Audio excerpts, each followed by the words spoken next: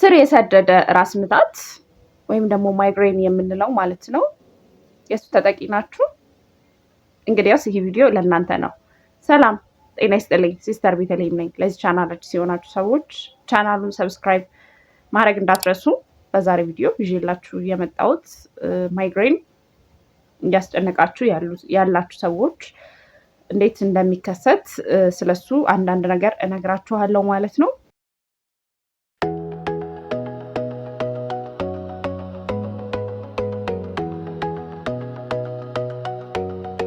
እንግዲህ ማይግሬን ቀላል የራስ ምታት የሚባል አይነት አይደለም። ከባድ የራስ ምታት ነው። ምናልባትም የነርቮች የአንጎላችን የነርቭ ስርዓት መዛባት ወይም ደግሞ የደም ዝውውር የነርቫችን የአንጎላችን የደም ዝውውር መዛባት ይሉታል ሳይንቲስቶች ማለት ነው። ያው ኮዙ ሪል አይታወቅም። ግን አሉ ሳይንቲስቶች እንደዚህ ነው የሚያስቀምጧቸው። እነዚህ ሁለት ነገሮች ነው የሚያስቀምጧቸው ማለት ነው። የአንጎል ስርዓት መዛባት ይሉታል ማለት ነው። ስለዚህ ህመሙ የሚጀምረው እንዴት ነው ማለት ነው?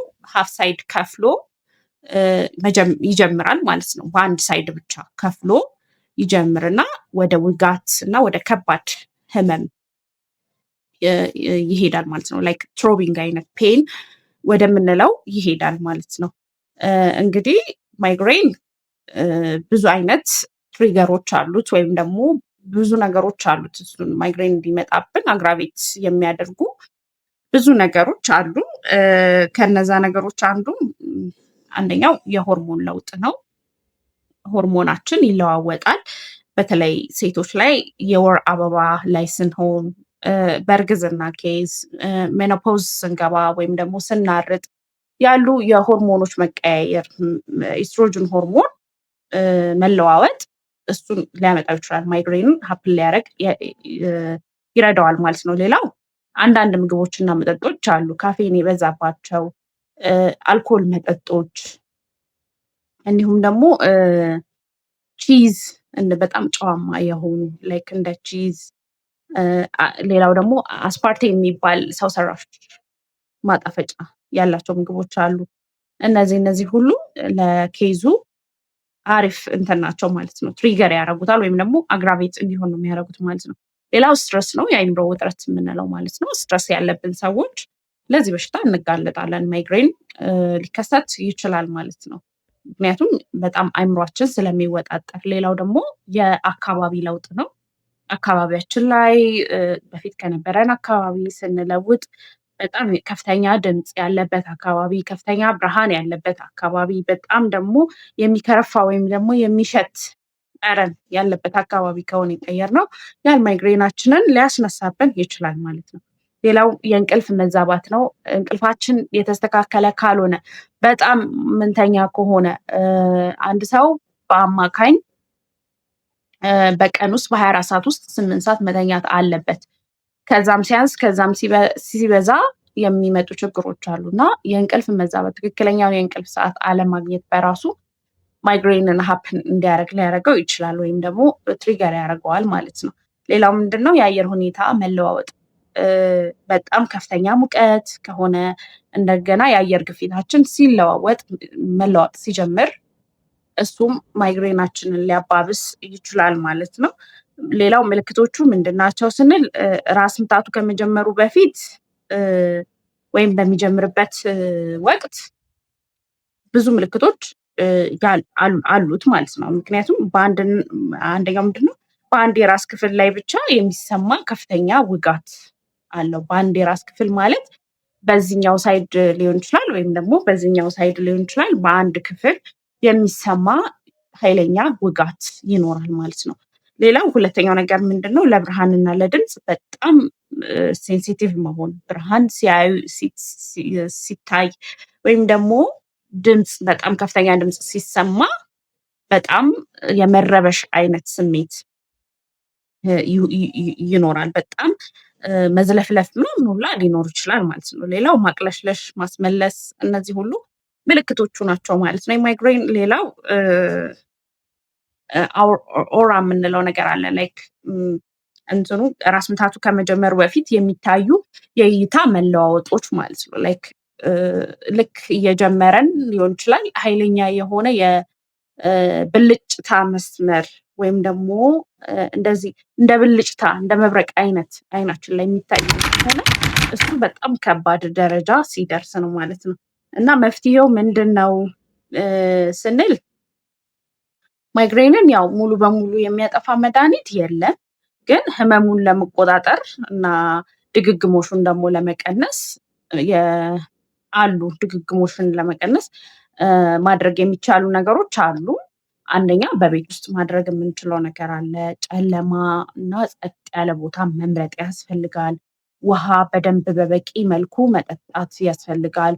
ሌላውና ሶስተኛው ነገር በቤት ውስጥ ቀዝቃዛ ነገር መጠቀም ያስፈልጋል ማለት ነው። ላይክ ግንባር ላይ ወይም አንገት አካባቢ ቀዝቃዛ ጨርቅን መጠቀም ያስፈልጋል። ሌላው ደግሞ ውሃ እንዳልኳችሁ ነው መውሰድ ያስፈልጋል ማለት ነው። ሌላው የአኗኗር ዘይቤያችንን መለወጥ ማለት ነው። ምክንያቱም የእንቅልፍ ሰዓታችንን ማስተካከል፣ ምክንያቱም እንቅልፍ አንድ ኮዝ ነው ብለናል። እንቅልፋችንን ማስተካከል፣ ጭንቀታችንን መቀነስ፣ በተለያየ ሜዲቴት እያደረግን ሊሆን ይችላል። በተለያየ መንገድ ጭንቀቶቻችንን መቀነስ ያስፈልጋል፣ ግዴታ ነው ማለት ነው። ሌላ ጊዜ ከዚህ በፊት ይሄን ማይግሬን የቀሰቀሱብንን ነገሮች እንዳንረሳቸው ዲያሪ መያዝ ያስፈልጋል። ምክንያቱም እነዛ ነገሮች ጋር እንዳንጠጋ፣ ምክንያቱም የሆነ ምግብ በልተን ከሆነ ያስነሳብን ይሄን ድጋሜ እንዳያስነሳብን ለማስታወስ መሞከር፣ ማስታወሻ መያዝ ያስፈልጋል ማለት ነው። ምን ስናደርግ እንደሚይዘን ማስታወሻ መያዝ ያስፈልጋል ማለት ነው። ሌላ አንዳንድ የህክምና እርምጃዎች አሉ። ምንድነው የህመም ማስታወሻዎችን መውሰድ ይቻላል። ፓራስታሞል፣ ኢቡፕሮፊን፣ አስፕሪን መውሰድ ይቻላል። ግን ይሄም ከሐኪም ጋር ተማክረን ቢሆን ወይም ደግሞ ሐኪማችንን ኮንሰልት አድርገን ቢሆን ወደ ተቋም ሄደን ቢሆን እሱ አሪፍ ነው ካልተሻለን ማለት ነው። ሌላው እነዚህ ልዩ መድኃኒቶች የምንላቸው አሉ በሐኪም የሚታዘዙ ህመሙ በጣም ከባድ ከሆነ ዶክተሮቻችን ትሪፕቴን የሚባል የማይግሬን መድኃኒቶችን ሊያዙልን ይችላሉ። ስለዚህ ለዚህ ነው በጣም ከበድ ያለ ከሆነ ወደ ሐኪማችን ኮንሰልት ማድረግ ያስፈልጋል ማለት ነው። ወደ ሐኪም ተቋም መሄድ ያስፈልጋል ማለት ነው። ያው ሐኪሙ የሚያየው በጣም አሁን ድንገተኛ ከሆነ እንደዚህ ቅድም ያልኳቸው አውራ የሚባሉት ላይ በጣም ኃይለኛ የሆነ መብረቅ አይነት መስመር በአይናችን ላይ የሚታየን ከሆነ በጣም ኃይለኛ ብዥታ ካለብን በጣም የማጥወልወልና ማስመለሱ ማይቆም አይነት ደረጃ ላይ ከደረሰ ትኩሳቱ በጣም ከጨመረ እና ላይክ የአንገት መሽከርከር ላይ አንገታችን ስቲፍ ነው የሚሆነው እና እንደዛ ነገር ከገጠመን ግራ መጋባት ነገር እያሳየን ከሆነ ንግግራችን ላይ በጣም እንደሰከረ ሰው የሚተሳሰር ከሆነ ንግግራችን እና